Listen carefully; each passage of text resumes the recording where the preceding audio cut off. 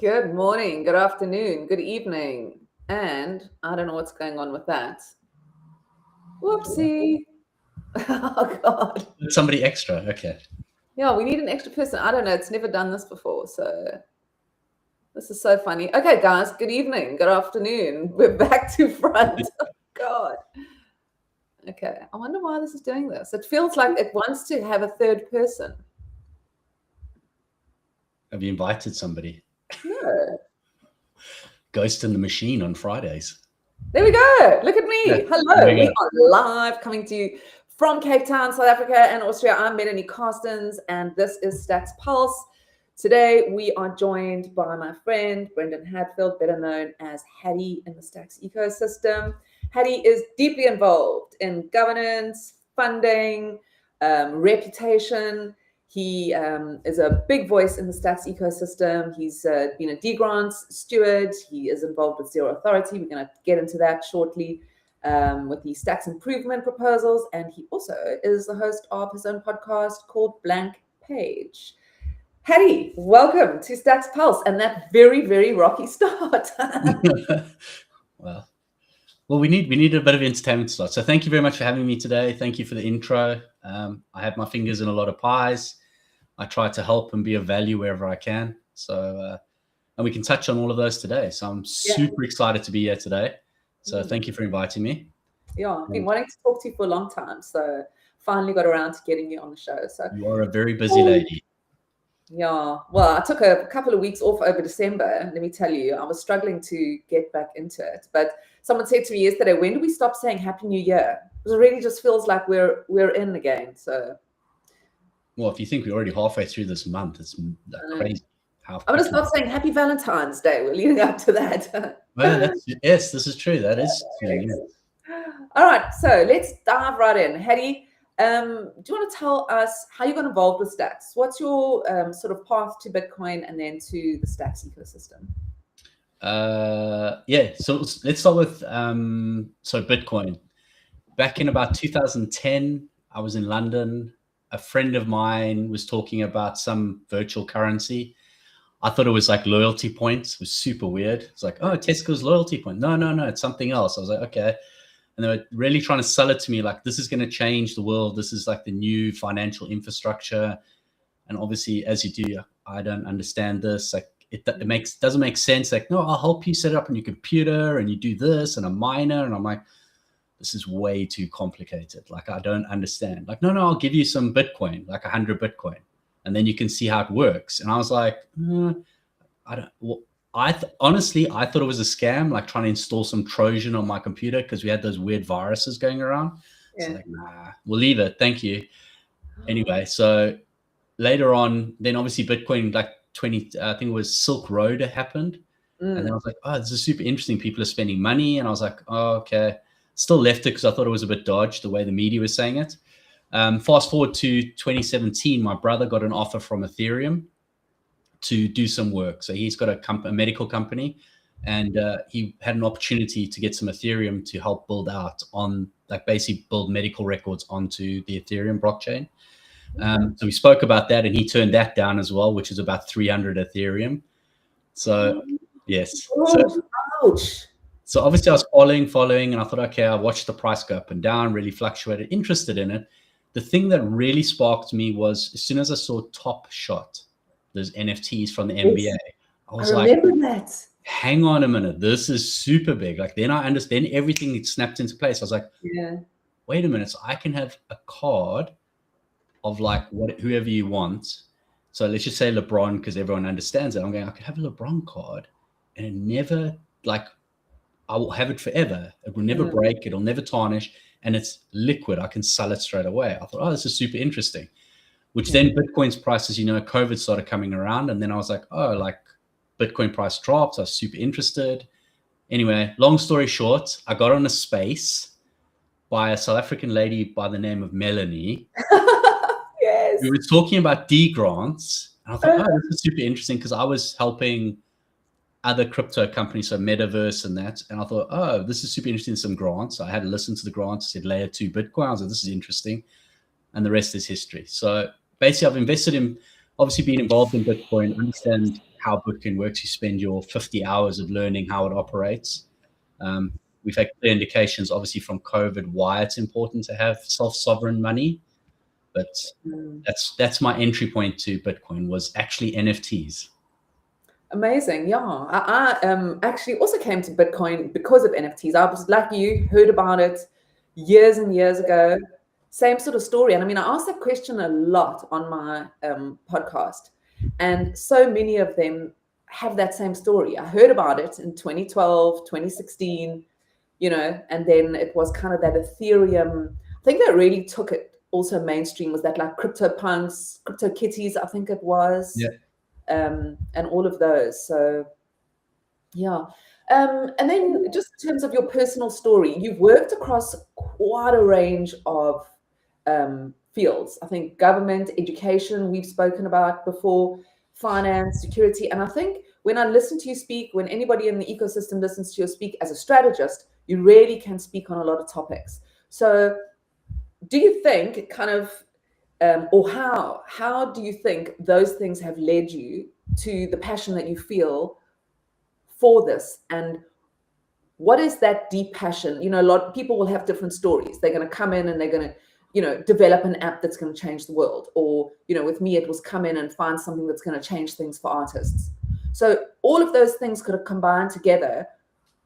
How did that lead you, and where did that lead you? Because just like you were involved in real life in a cross section, it's the same in the Stacks ecosystem. A lot of people want to bring Haddy into their platforms or projects because of that strategic ability. I think having the variety of worked in so many fields has it given me the ability to see multiple angles and how different ecosystems. So if you talk about different industries, that's the same as different ecosystems or different parts of an ecosystem. So being able to work across such a broad variety and work with so many has allowed me to see a lot more and understand a lot more. And I think talking about working across our ecosystem or ecosystems is more about, there are so many opportunity gaps that people miss. And this is, I always talk to opportunity gaps. So some of them are like in D grants, looking at what are the key opportunity gaps in the ecosystem. So you and I have had lots of discussions around media as a key opportunity gap, like building out media in our ecosystem and across all ecosystems. We need more media coverage and independent media and ways that people can earn without being closed off. So it's just looking for those verticals that are, like with Zero Authorities, another one, like with Boom Wallets, another one. Lots of places I look at are key pieces that we need in the puzzle to make everyone wins if you have all of these key components. So it's really looking at what are the fundamentals we need in order for us to grow as an ecosystem so that everyone profits. So if we don't create that platform, nobody can build from it. Yeah, it's an important to me. The reason I asked you was because I think a lot of people are looking from the outside in and going, okay, well, how do I get involved in Web3? Here's somebody like you who's worked in real life and a cross section, and you're bringing that in and applying it into an ecosystem like Stacks. So I think where I'm going with this is to talk to people like that who might be watching and going, okay, how do I get involved in the ecosystem? Because with Bitcoin, you can't just like phone someone up and say, okay, how do I get hired? And it's the same even in the Stacks ecosystem. So that's kind of where I was leading with this, is how do you let's talk about that. And the sort of maybe the community aspect, just about what is the how? How do you take all that experience and bring it in and then integrate yourself into an ecosystem? Oh, so I'm probably really boring, but also strategic in certain ways. So something that's often not spoken about, but maybe you and I have it because of where we come from, is transferable skill sets. So a lot of people don't look at what I do in a certain industry as a transferable skill set. So everything you're learning outside, so for the sake of this, you have Web 2, which is everything we have today. And then Web 3 is this new blockchain decentralization aspect. Those skills you still need those skills in Web 3 and blockchain at the moment. So there's still services and professional services that still have to come around. Like Electra is another one, a prime example of somebody who's an accountant who's learned so much outside of it and is bringing all that expertise to look at how does legislation work? How do I do my taxes? And then obviously we have the new treasury company. So I think everything's a transferable skill set. The one thing you did touch on is community. The distinct difference is it's almost like moving country. When you move to a new country, you have to understand the landscape and you have to build those relationships and build network. You're starting from zero. And that's the hardest thing for most people when they've come from, I have a big LinkedIn following and I have all these real world contacts, and trying to transition across, it's very different. Yeah. You really have to understand who people are. You need to understand language is different, lingo is different, the words are different. It's really entering a completely new culture, a completely new country, and starting from zero. I love the way you do that, actually. I've never thought about it like that. Like, it's actually like going into a whole new country, learning a whole new language, living, you know, and a sort of a collaborative country where everybody kind of like, and that you have to make your own, you know, you kind of have to bring your own ideas to the table and fight for your own ideas. You know, that's the interesting. You got to find your tribe. Yeah, and talking about that, sort of talking about how to integrate where, sort of, and bring your ideas forward. Let's talk about the Stacks D grants, because that is one way to join a community and get involved with an ecosystem, is with a funding program. So for those people who've never heard about Stacks D grants, I know a lot of people watching will, but let's kind of just give a brief intro into what it is and the importance of something like that in an ecosystem. Yeah, well, Stacks has a D grants program. D grants meaning decentralized grants, and primarily what it is, it's community driven grants. So in other words, leaders are selected from the community, stewards, which you've been a steward twice, 3 times actually. three times you've been so you get selected as a steward, which is an honor in itself to be selected to be a steward, and then to help these projects who are finally successful select the projects, and then to help mentor them through the system. So we've had some like notoriety, we had some good projects. You've on your second project already through the D grants as well. Mm-hmm. So D grants is very much community driven, and it's unique to Stacks where they've got other grants programs, but this is really the grassroots. How do we build that base layer? How do we bring new people into the ecosystem? And how do we drive community growth? Because it's also heavily around community and keeping builders in the ecosystem. So, yeah, and sort of so the process, very community driven. I mean, it's difficult for me to ask questions about it because, like you said, I've been deeply involved in it, but I also think it's important to talk about it and share with people what it is. So maybe just how to get involved briefly, what the process is, and then just a little bit of updates on how it works, the different tracks, and then kind of some, you know, what's happening within the tracks and the projects, because we're closing by the end of January, so we're pretty close to sort of coming to fruition with a lot of the projects. Yeah, we're in the final 3 weeks, I think, of this cohort. So this is cohort 3. Cohort 4, the conversations are going to start towards the end of the month. And then the discussion will be about how that works. The endowment that's been created, so there's a whole long process. We have now endowment, and the endowment obviously has a different viewpoint of how it will operate. I still don't know how that's going to look, but I'm hoping that it's rolling. So at the moment, we've had a cohort that opens up. We have a funding bucket. So this round, we were super lucky. Like each round, we've doubled. We had 100,000 this time. Very small, but again, remember, this is community controls the funds. Community are dispersing the funds. Or selecting how they get dispersed. So we don't actually get to click the button. We don't actually have the money in our hands, but we manage the process and people get paid, or the grantees. So we had 100,000 this cohort. You started with 25. The second one, which I was a part of, was 50. So this is 100,000. We're hoping obviously for more and rolling. We have normally 5 tracks. I think this time we've got 5 tracks or 4 tracks. 5 tracks, DeFi and tooling.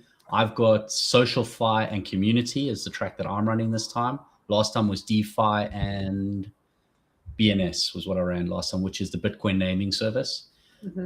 What else have we got? Oh, NFTs, creators, which is a lot better. Yeah, no, I mean, we had NFTs or something last time, but now we got creator track, which is way better naming because it makes it simple. It's everything to do with creative stuff, which is amazing, which is something that lacks in most ecosystems, that you actually have a community-driven grants program for people who want to build things. So there's some actually really cool projects in there. I've got some really cool projects as well. So give me some examples and kind of like, yeah, give me some. I mean, we're not going to like, I don't feel bad if we don't talk about your project kind of thing. I don't want to sort of put you on a spot to talk about it. No, everybody. I'm just saying. I can give you the highlights package. So I think creator side, we've got some really cool projects. The one I like is CineX, I think it is. That looks really interesting. I think there's a lot of opportunity in it, and I think there's some fringe cases that could capitalize in that area. So I think the overall framing of it is really good. So it's basically, you can put, correct me if I'm wrong, Melanie, you have video content that you can put out. Is that correct? And then that's licensed. Yeah. Yeah, it's a very interesting, Hattie, and it's why I think as somebody who comes from the African continent, why I really understood it and loved it. But it's based on the Storkfell. Yeah. It's got a different name throughout, different countries in Africa, but in Southern Africa we call it that. And basically, it's kind of like it's a trust savings mechanism. So people get together, sort of. There's not really even written contracts. That's Stackspot though. No, but CineX is to raise funds for film. Okay. So he's a very interesting guy. He got involved in Nollywood and got involved with screenwriting, whatever, and sort of brought the two together. Like, how do we crowdfund for films? Because there's no money anymore in filmmaking. And I loved that. And I think another standout for me was, in my category, was Cryptonauts. Yeah, the game. Yeah. I haven't seen anything yet, so I don't know. Yeah. I'm super focused. I've been a little bit involved, obviously, because of, I loved it because it was one of the things I funded. But yeah, so what were in your you did Blue Sky, right?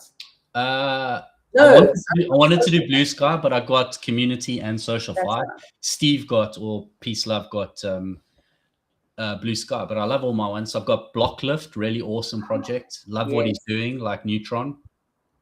So what he's trying to do is he's trying to bridge the divide in Africa. So obviously, again, you and I have Africa close to our hearts, trying to bridge that divide between this new financial rails and this new ecosystems that are being built, this new economic, like creator economy / everything else, trying to make sure that these students from Nigeria at the moment have an opportunity to understand what it's about, understand how they can get involved. So he does really basic Web3 training at the schools to give them an insight into what it is. And when you look at the schools, there are pictures on our GitHub because everything's open. So you can see he's put pictures on there, and you can see like the schools literally don't have windows. Like they have he has to bring a projector in his laptop with, and he projects it on like a wall.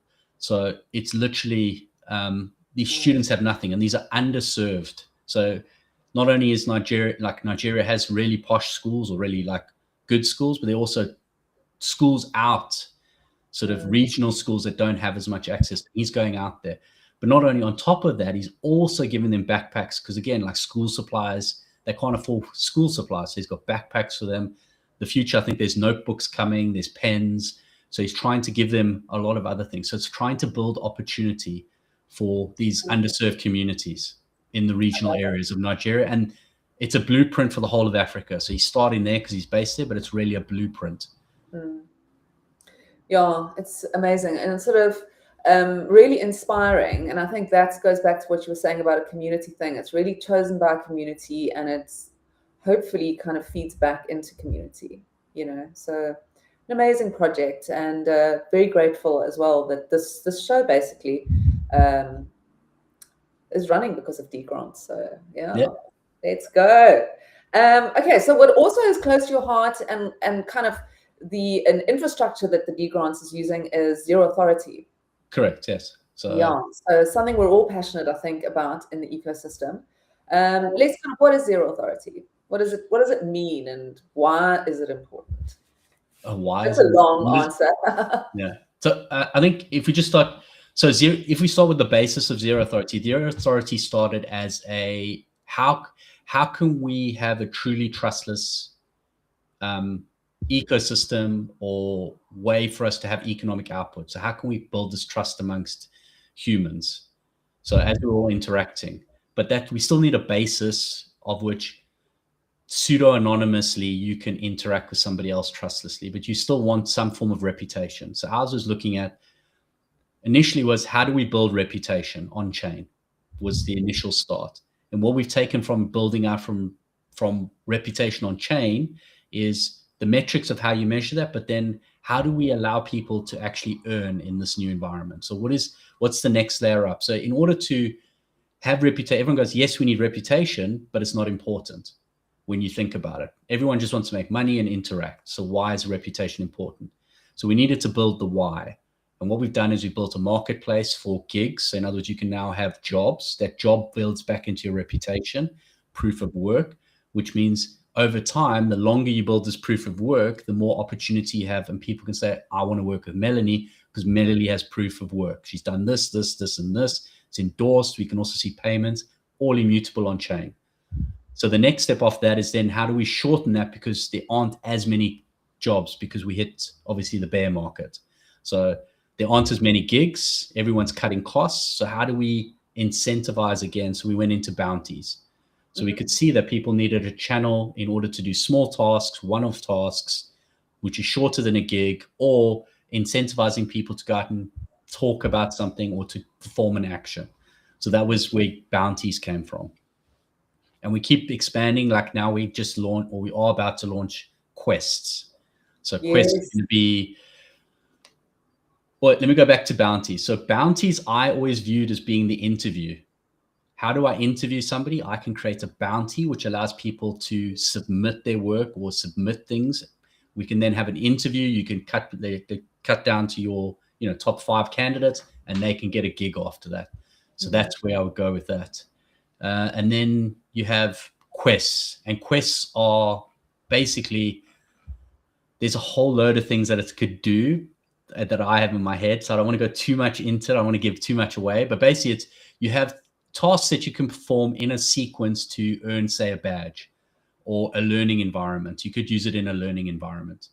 So perform these things. It could be an onboarding. So primarily I look at it as onboarding. How do I onboard somebody, a user, even an employee, into my ecosystem, into my business? I can build a quest that they sequentially do these tasks, which are basically bounties. And at the end of that, they get something in reputation, which then tells the ecosystem or the business, this person has completed or performed something, and they get access to something. That could be Bitflow, it could be Stacking DAO, it could be X, Verse Wallet, it could be Melanie's podcast. Yeah, I love it. And is there something like this? Like, is this something that exists like in other ecosystems? And is it something kind of, do you think this is where we're going? Like in terms of what employment is, what is employment going to look like? And is this like basically, and is it something that's happening across Web3? Is it kind of some sort of a future of where work is going to go? Is it a part of where work's going to go? I think if I put my zero authority hats on now and I talk about the future of work, the future of work is we can't imagine what the future of work is going to look like. Yeah. What we can look at, and what we have done, is we try to answer those questions, the future questions. So one of them is, how would a fully autonomous business, so a DAO, so a decentralized autonomous organization, or a 100% remote organization, how would they operate? What are this tooling that they would require? How would a blockchain foundation need to operate, and or an endowment? What are the tools and mechanisms they require, and to get other people or users, and how do you build community around that? So we've tried, reputation forms the backbone of everything. So in order for us to trust each other, we need reputation. You and I have spoken face to face. We've worked on various projects. Therefore, you and I have rapport. But how do we have rapport when there is no rapport? How do I have build that? How do people get jobs in this new ecosystem? So we've tried to answer those questions.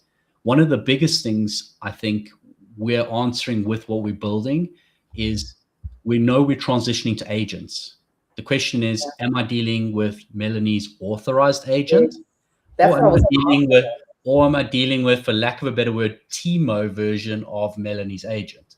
Yeah. How do I verify that? So that's what these are the types of things we're going to have. You're going to be a one-person business. you're going to have agents underneath you doing either tasks for you or being sent out to do work. So we're building the infrastructure to allow that. So we have our own bot, Nova, which we've launched, which answers simple questions. And coming back to the grants aspect, why this is on, the grants are now on Zero Authority, is because we've built a platform that allows, will be that people can come in and have a look at what grants there are. They can submit the proposal. They can go through the entire process, and it has transparency. The point is about transparency. We really want to make, and the foundation, the endowment are all about this. Brendyn has been on various podcasts. It's about transparency. How can we make it, the process, as transparent as possible, and also make it as accessible to everyone as possible?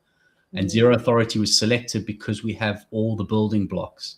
So we're building towards governance as a service and governance on chain. So how do we bring governance on chain, and how do we make it accessible to everyone?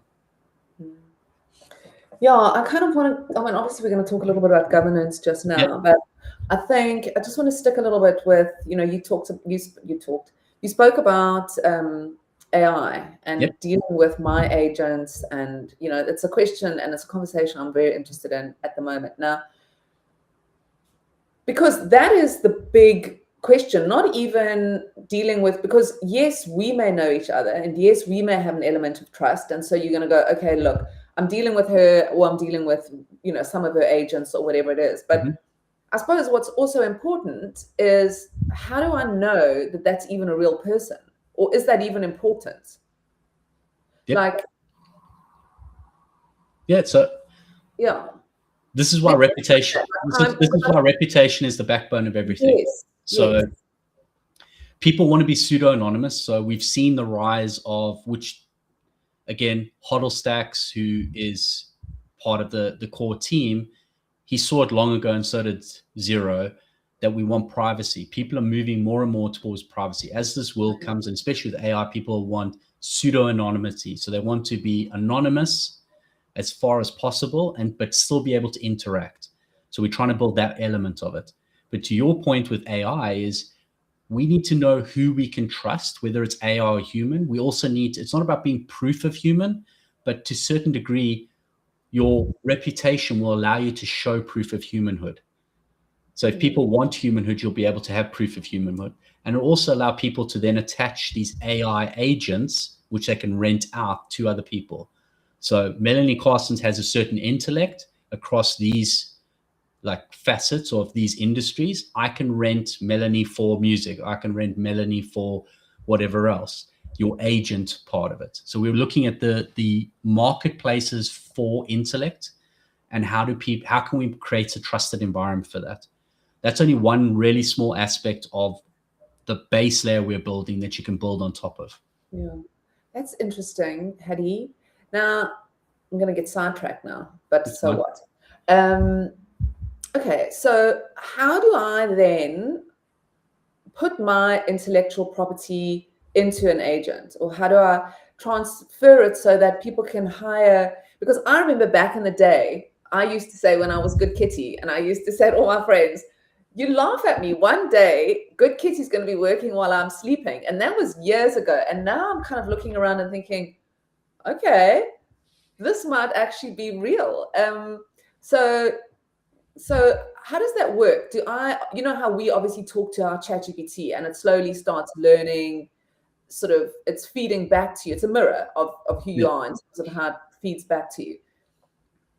Are you going to be able to, how do you get your knowledge into something so that, is it just because it knows you so well and you?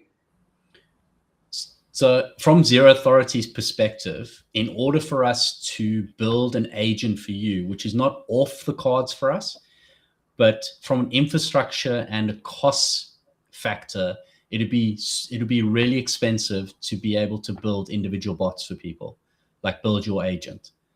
So somehow you will be able to. Could we do it? Yes. The conversations so my personal opinion is, bring your own bot. So bring your own beer, bring your own bot. Yeah. So for me, we want to build infrastructure that allows people to have reputation, build reputation, have opportunity, and then have other people be able to plug into that central data and use it to help them, and plug into us to feed data so we can have a circular economy of building reputation. But bring your own bot. So you have a bot, you're using chatbot GPT, others using Claude. You already have your agent built up. You just plug that into us. So if you've got an agent that does work, then that plugs into us. It sits on our infrastructure. So we don't have to build it. We're just building a place for you to put your bot to earn for you, and that to earn reputation. So we have gig marketplaces. It could also be that over time, there'll be multiple gig marketplaces. They all plug into our utopias. They all plug into Zero Authority. So we've just built a gig marketplace because nobody else built it.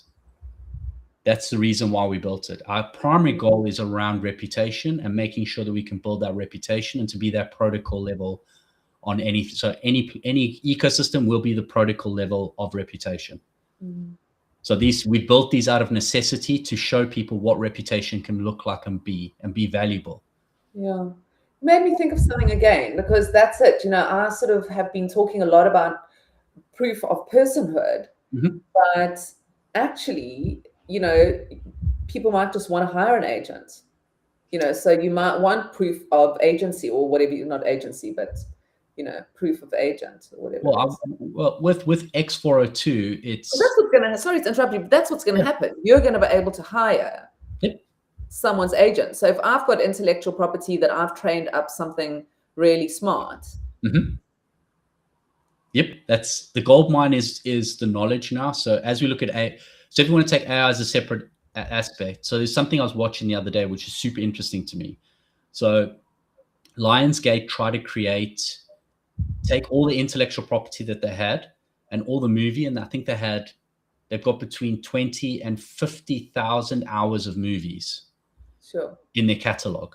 That was not enough for them to train an AI to create new movies. 50,000 hours of video footage was not enough to create one video, like feature-length movie. Yeah.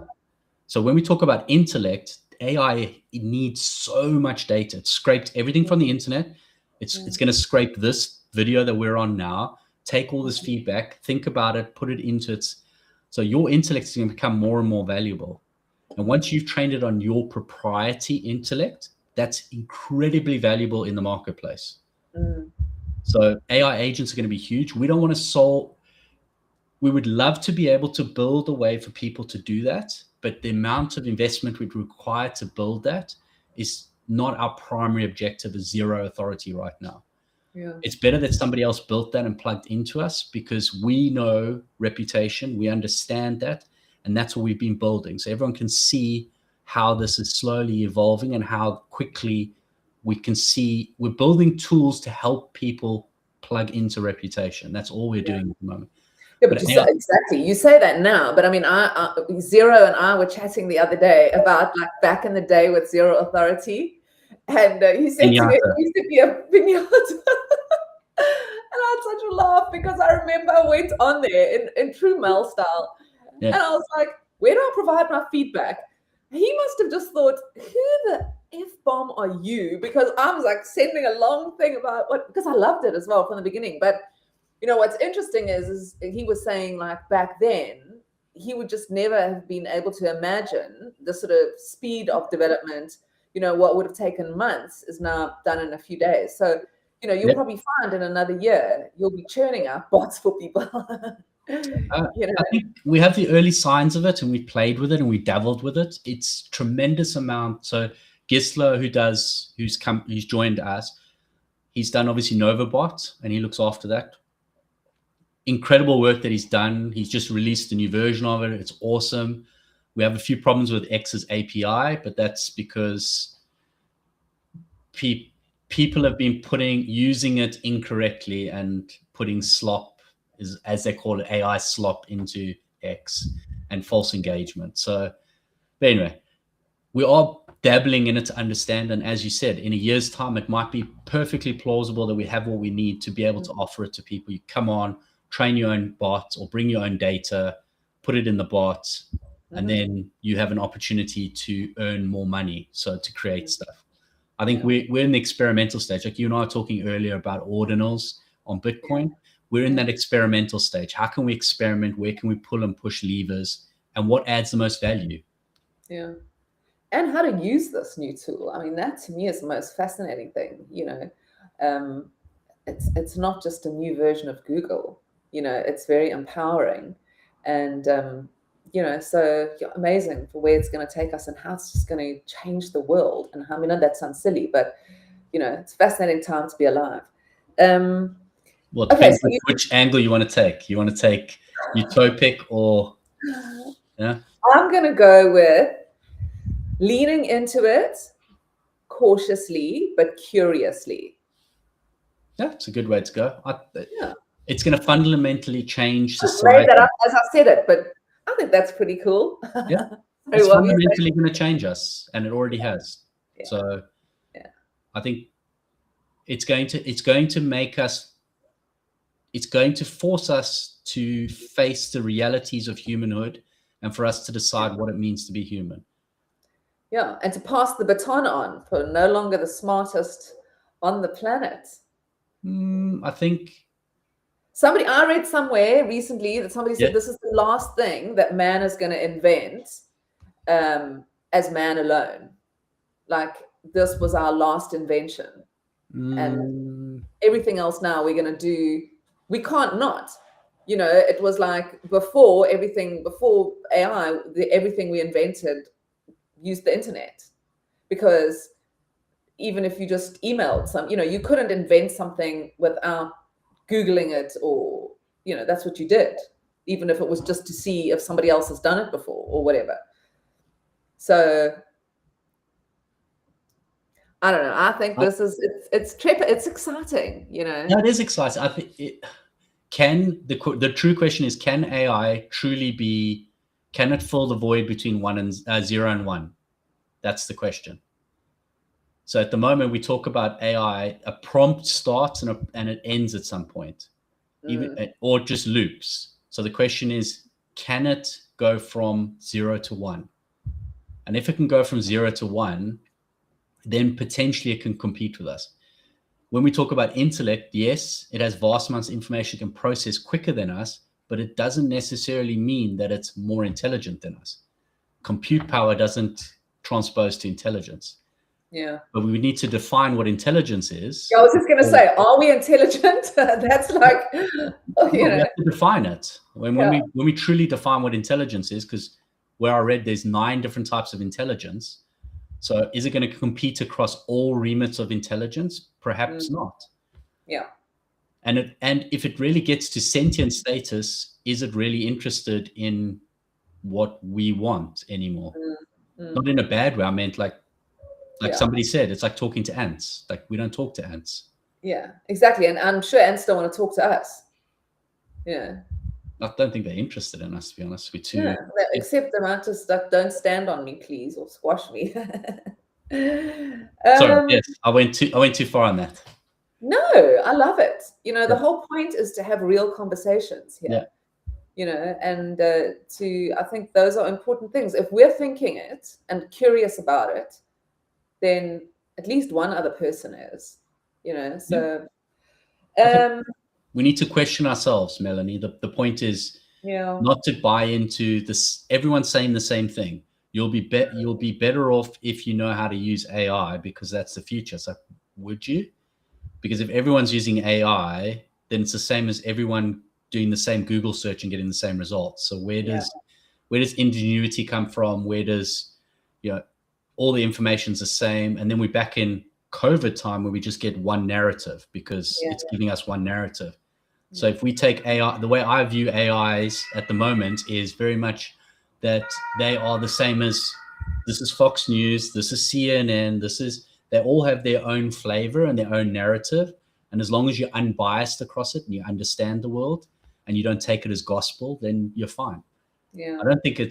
I think we're going to have lots of breakthroughs, but I just think we shouldn't write ourselves off.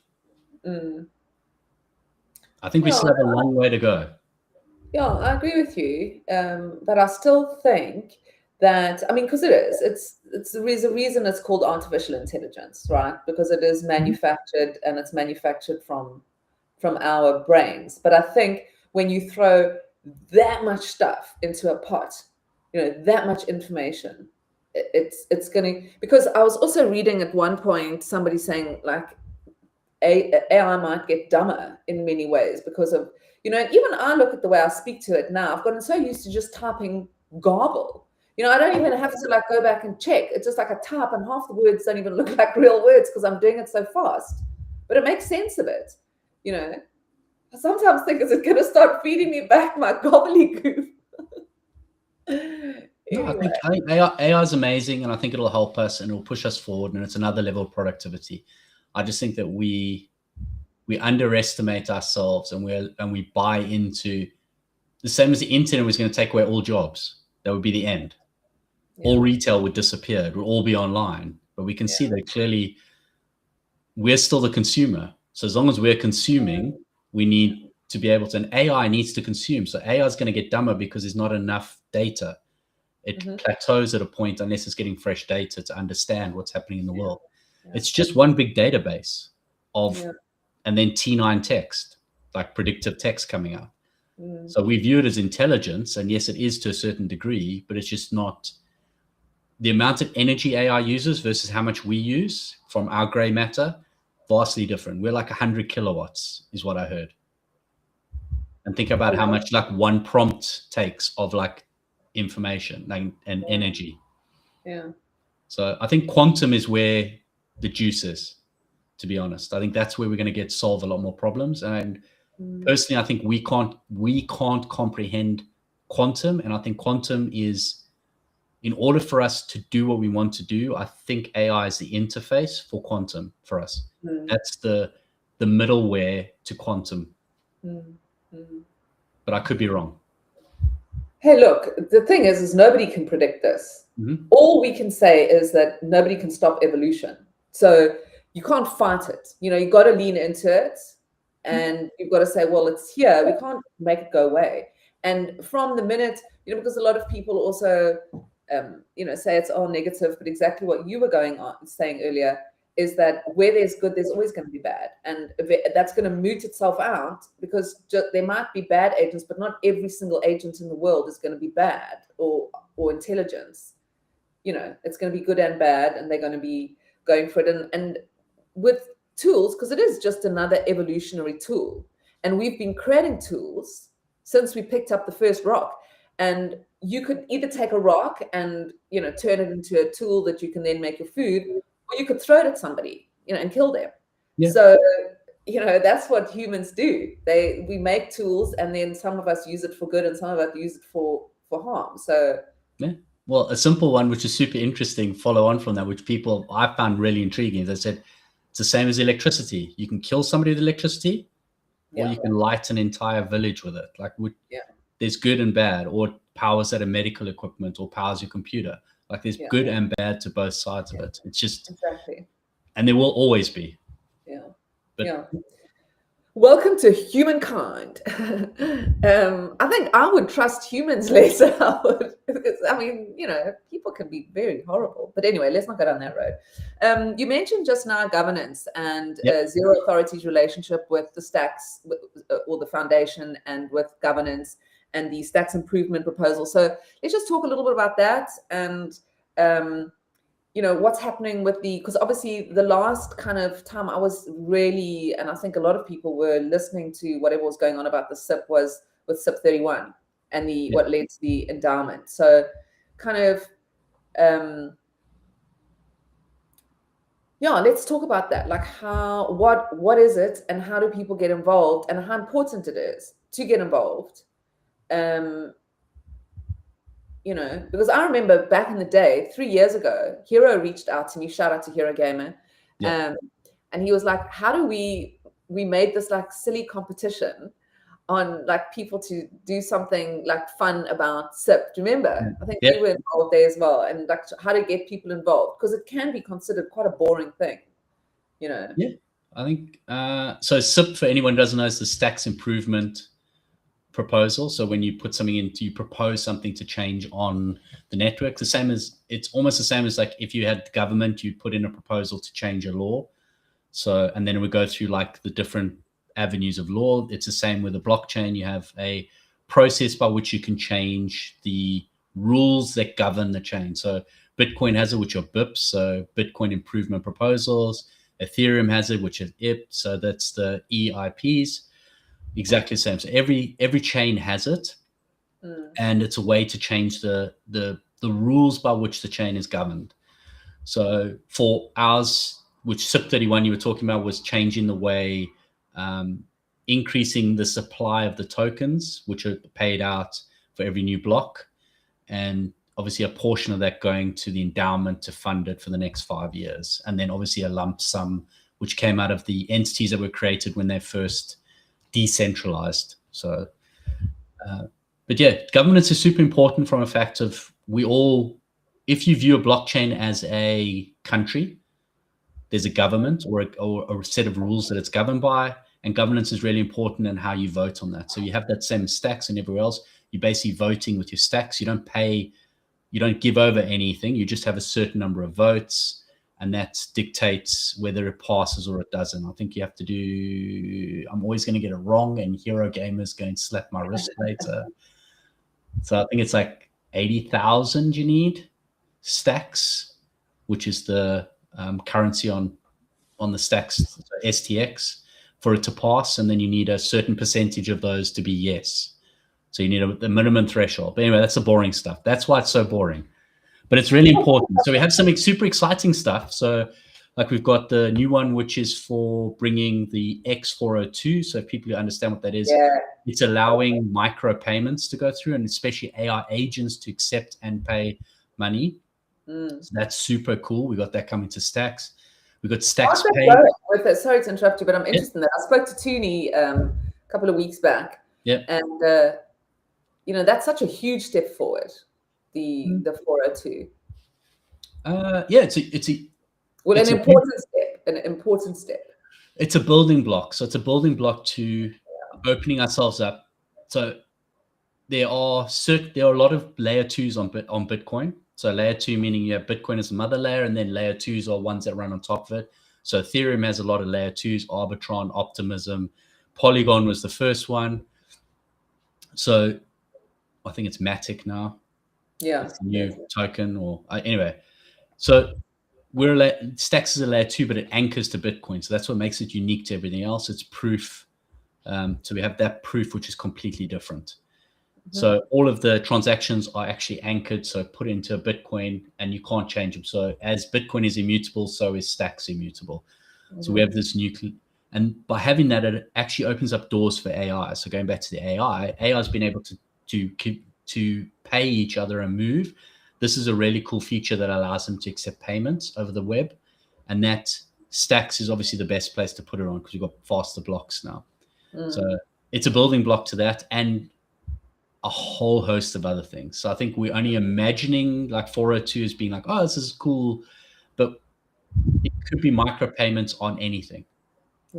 So it could be, hey, I want to pay somebody for something, or it could be a gateway. So like Tripper Monkey was building a little bit of it. Could be like a gateway. So, a toll booth. There could be lots of ways of using it. I think we just haven't imagined all of them yet.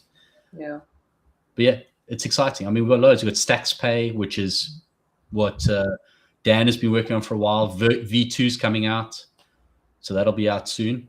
I mean, amazing stuff going on. We also got Bitcoin addresses. What, the BNS?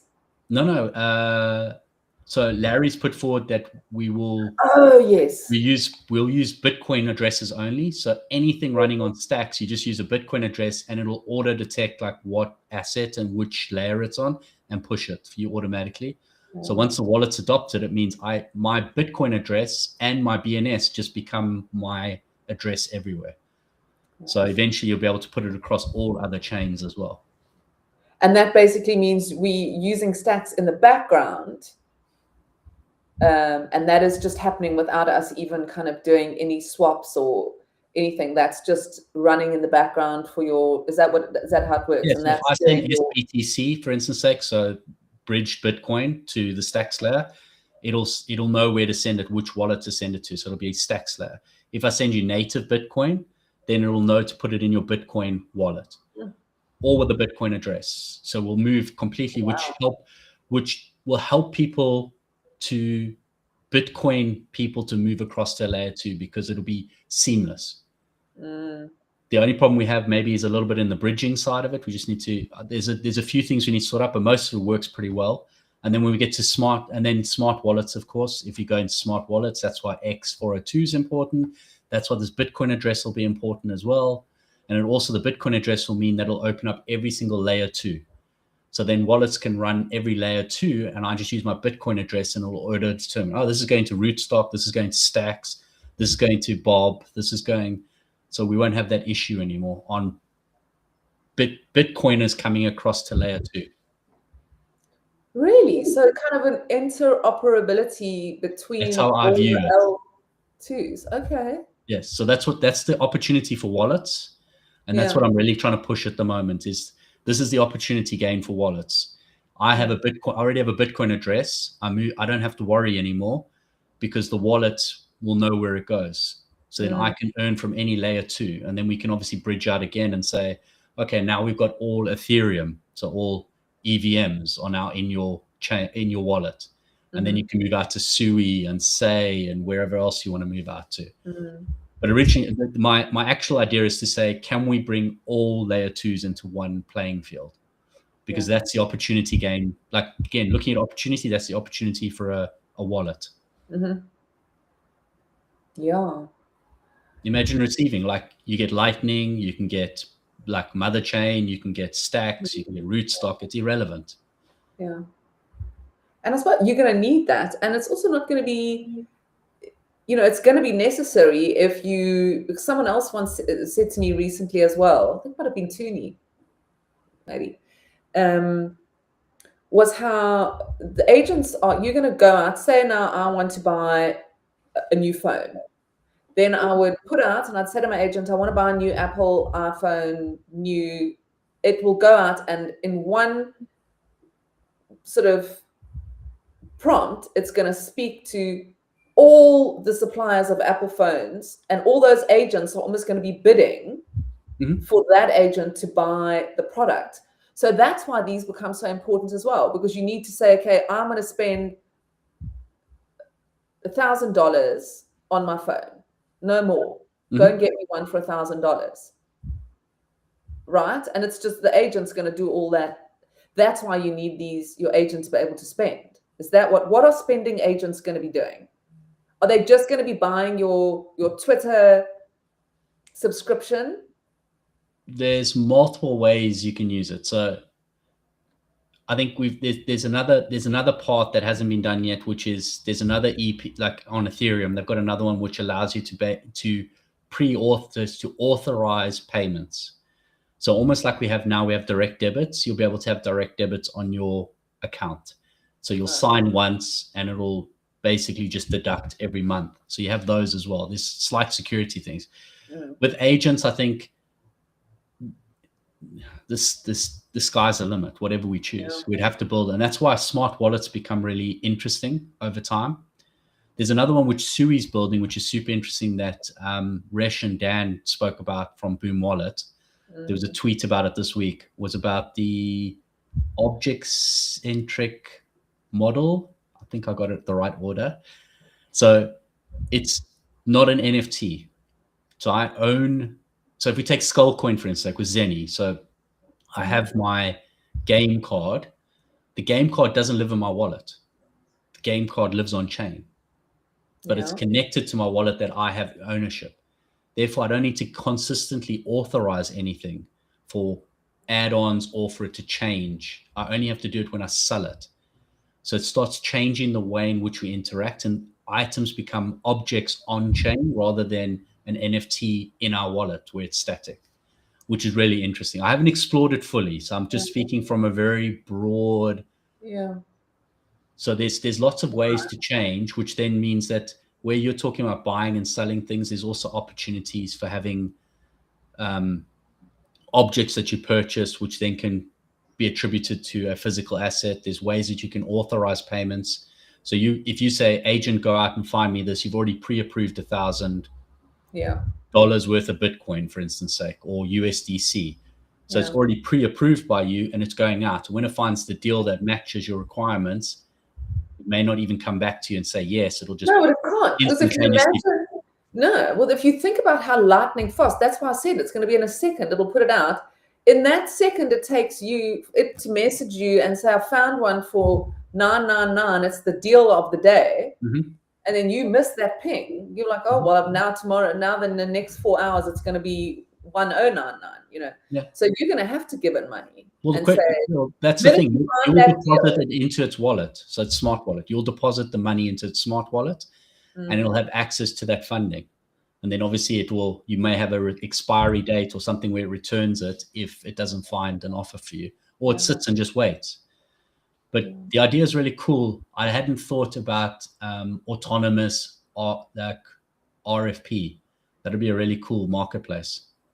What does RFP stand for? Request for proposal. So you'd say, I want an iPhone. You put a request for proposal. Everyone's going to fire back quotes at you, and you're just going to choose which one's the best. So the agent has a predefined parameter. It's going to go out, look for the proposals. This is what I'm looking for, marketplace. Everyone gives a proposal. This is the one that I think is best for based on the parameters, and it just buys and executes the order. Yeah. Because it's already doing that. I mean, if you say to it, I'll say like, I want this, and it pops up, gives me some options from a couple of local online stores. But he was also saying, again, I think it was Tuni, it was such an interesting conversation, but he was making me laugh because we were saying one day, basically, you'll have your agent and somebody will want to hire somebody, and your CV agent is going to be talking to somebody's HR agent. And basically you're going to be like, listen, dun, dun, dun, dun, you're hired. I mean, it's going to be making those decisions, I guess. Fascinating time to be alive. I think if you want to go back to the future of work, this is something I thought about often, is just what you said now, is that's why proof of work and the reputation. So Zero Authority is not just building reputation, we're building proof of work, which builds into your digital online CV, which means now you're no longer necessarily tied to one employer, because we're probably going to move to a gig economy over time. So if you look at the way AI is moving, we're probably going to be moved to a gig economy. So you're going to do lots of different jobs, which means because everything is there to be checked, people who need work done are going to come to us first to look for who fits the role, which will then the AI agent will also be able to look at all the jobs you've done already, which will then be able to say you're the best fit. So again, it's like this putting it out. I need this done. It goes out to the marketplace. Zero Authority will become that marketplace or the list where they'll just come and go, oh, okay, we have 5 candidates. Maybe you need an interview. Maybe you don't need an interview. Maybe it just sends you proposals straight away. Hey, please quote on this. You give your pricing. And then they go, yes, I want this one. Yeah. So it could be completely, or that's with your agent. Yeah.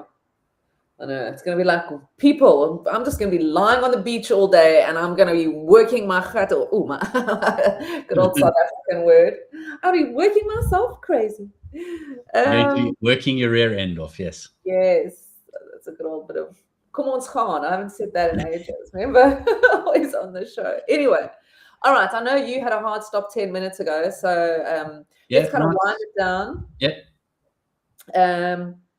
Let's just look at I've been asking people this every now and then, we've sort of spoken about what's going on, what you're building, but just kind of stacks in 2026. What are you looking forward to? What are your kind of like, what is the breeze in your sales when it comes to stacks 2026? What are we looking out for and what are we excited about? You mentioned cohort 4 of the Stacks D grants. You mentioned a couple of SIPs.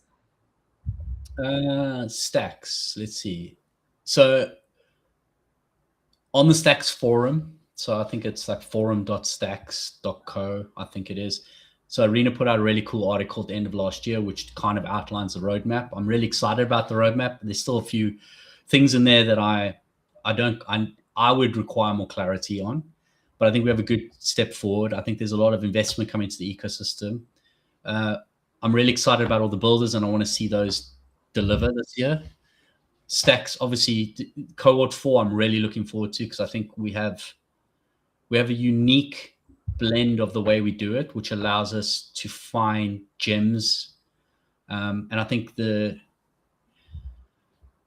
let's say, strategically as an ecosystem, we need to move away from vanity metrics, and we really need to start looking at the ecosystem of how we actually build a solid foundation for growth for everyone. I think we have the community, and I think we need to grow the community, but not lose the essence of what we have. So I think we have a very bright future. I think it's all dependent on the way the US goes this year. So I think everything's dependent on financial.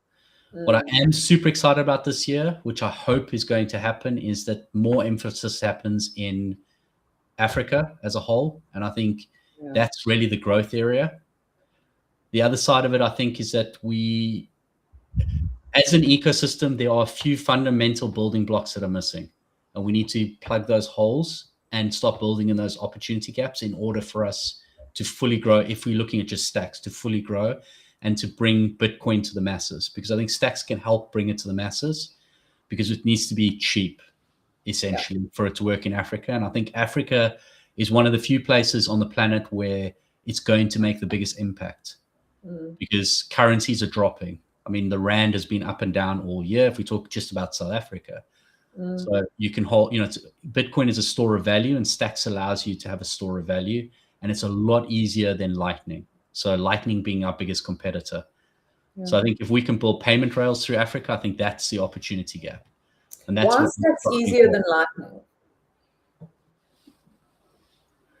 Lightning requires, so first thing is, Lightning is super easy to set up if you have a custodial wallet. Custodial meaning somebody else holds your funds. If it's non-custodial, it's slightly more complicated, opening channels, funding the channels. So it can be a little bit more complex in setting it up. The difference with it is obviously it's non-custodian when your money goes in, if you do it yourself, and you can bring it out, but you can run into technical difficulties. It's not as easy. Stacks is literally download. We have like 3 wallets.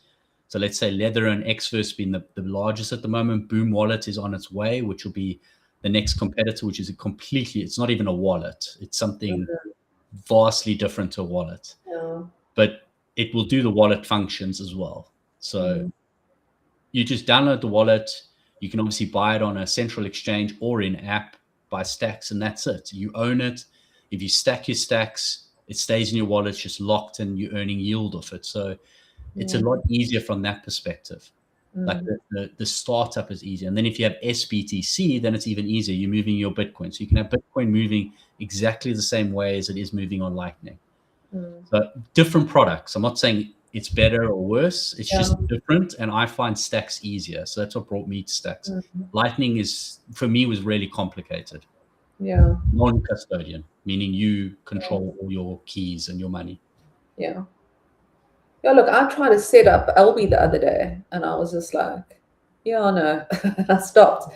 But look, I still think, it's an interesting conversation, and one I'm interested in having more of is sort of understanding why, because it feels to me like sort of Bitcoiners seem to accept Lightning more than they would accept, or the idea of Lightning more than they accept the idea of stacks. So the way it is that it's Bitcoin in its truest form for them.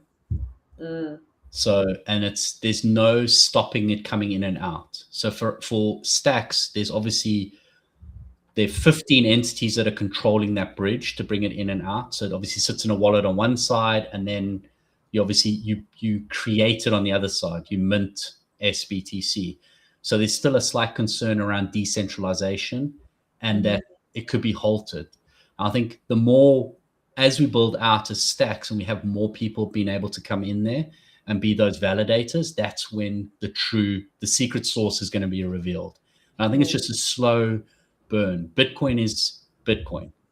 And Lightning is there, and Lightning's built the tools, it's built the communication layer, it's got other tooling, and Bitcoiners have been used to harder ways of doing things. So when we look at it, we go, we want simple. So what Stacks has built will be easier for the masses, but Bitcoiners are happy to do the Lightning part of it, is the way I look at it. Yeah. And they have more trust in it because it's gone for so long. Yeah, and I guess you can also do more, with Stacks is because you can, start opening up different economies specifically around art and all those sort of things that you can't really just do with Lightning, which is much simpler. Yeah, well, Lightning is built for a different use case. So I think that's the hardest thing is people want to compare, but it's built for a different use case. That's the primarily. So Stacks is built with its own language. It's built completely differently. Yeah. So we built for different things. So we wanted to be the programmable language on top of Bitcoin to give it more possibility, more opportunity to grow, but still have that security of the base layer. Yeah, and what a good note to end it on, Yep. But Hattie, I know you kind of don't mind going a little bit over, but sip calls. Yeah. But just thank you so much for joining me. It's been an absolute pleasure having you here and chatting to you. Yes, we go back a good couple of years. So love to catch up with you. And just any sort of closing thoughts or comments before we head out onto this lovely weekend. It's Friday, isn't it? Yeah. Yeah, it is Friday today. Luckily, we already had the Friday ghost in the beginning, didn't we? So exactly. The guest that was not. I'll stop drinking tequila before I start the show. No. I think thank you very much for having me today, and having me on your show. I always enjoy having conversations with you. We always go off into different places, so hopefully I wasn't too boring. There's a lot of exciting stuff. I think not only what you're building, because you're building your own media empire, which is amazing, and I congratulate you and hats off to you for doing it, because we did have lots of conversations before that. Fingers crossed. I'm glad you pulled the trigger on this. Yeah. As I said, we're in 2026. It's going to be a big year for all of us. I think it's not just about Stacks. It's really about community. It's about the people. And it's the people who make it worthwhile to be in this space, not just Stacks or Bitcoin. So I think all of us together, and I think that's the opportunity and the invitation to anyone who's interested or crypto curious, Bitcoin curious, just join an X space, follow us on X, have a look at what we're doing, reach out if you have any questions. I'm not an expert. I try to help. But the opportunities are immense. That's all I can say is this is, for me, it's the reimagining of the internet. You have this completely blank slate and we can start again. You can build applications. You can reimagine industries. So I think that's the message I would like to leave with everyone. Yeah, amazing. Opportunity. What a great message that is. So thank you. Yeah, head over to bhattie on X. Is that right? Brendyn Hadfield. Yeah, at Brendyn Hadfield. Oh, isn't it bhattie? No, it's Haddy.btc is just the name. But my handle is Brendyn. That is something else. It's all right. It's no worries. So yes, if you go to X, my handle is obviously Brendyn Hadfield. So at Brendyn Hadfield, I've got my links all there as well in my bio. If you want to contact or reach out to me. Yeah. And Melanie's links are also all in her bio, if I remember correctly. You got a link tree there? I do indeed. All right, guys. So thanks very much for tuning in on this Friday episode of Stacks Pulse. It's been an absolute pleasure talking to you, Hattie, and thank you everybody for tuning in. It is independent Bitcoin media, so if you like it, please support, like, share, subscribe. Head over to the link in my bio. There are other ways to support me, and I would appreciate it. So yeah, happy Friday. Have a great weekend, and I'll be back here on Monday talking to Truth Chain. Looking forward to that as well. So yeah, take care and have a great weekend. Cheers, Hattie. Cheers. Thanks, Mel. Bye. Bye. Bye.